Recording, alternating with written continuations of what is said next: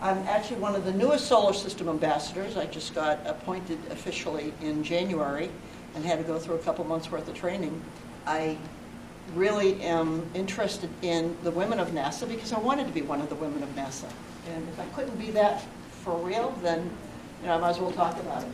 So let's get into the program here. Is that my mother worked for the B.F. Goodrich Company, and she worked on the assembly line, working with sneakers.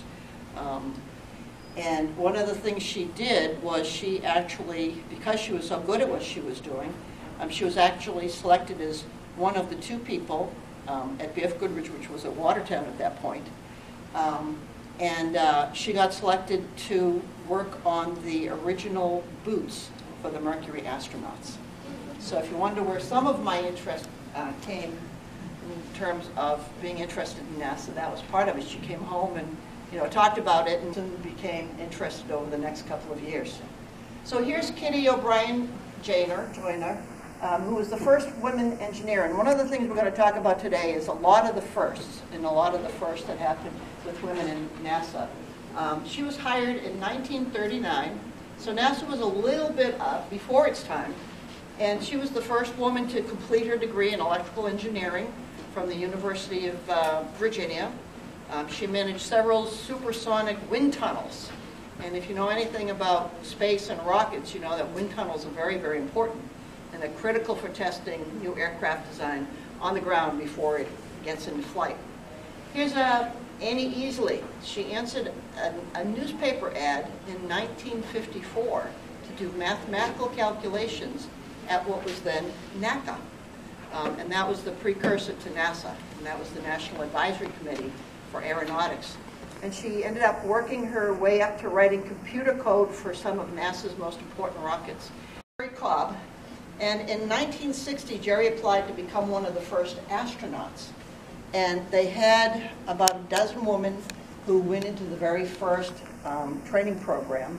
And she passed. She was the only woman who passed all of NASA's training programs to become an astronaut.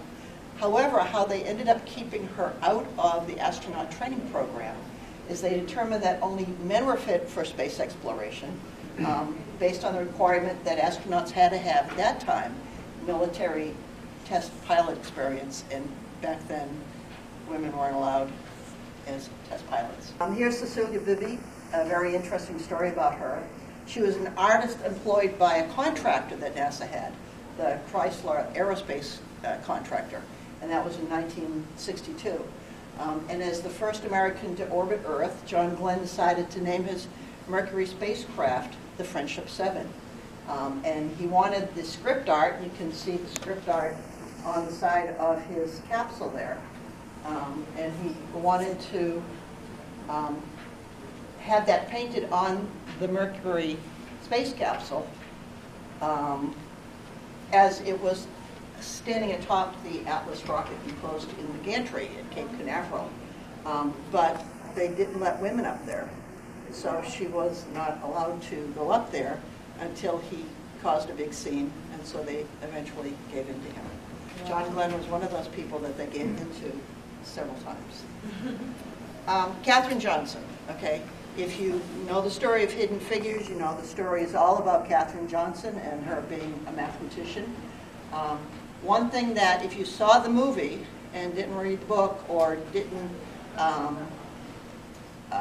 do any research on her, you did not know that she actually was there for the launch of Alan Shepard in 1961. And so she was involved in putting together the trajectory, rocket flight trajectories for Alan Shepard in '61. And then she ended up doing the orbital mission for John Glenn in 1962. She also went on to calculate the Apollo 11 moon missions and made sure that Apollo 11 made it home safely. Yes, they said, no, we'll let her go ahead. I wanted to know what it was they were looking for. So I wound up doing what it was they were trying to find out.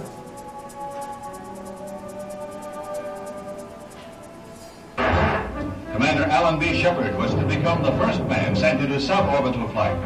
The Mercury capsule is right on course. Our office computed over every mission that went out at that time. the height, the speed, and so on. It became a geometry problem. Ignition sequence start. I felt most proud of the success of the Apollo mission.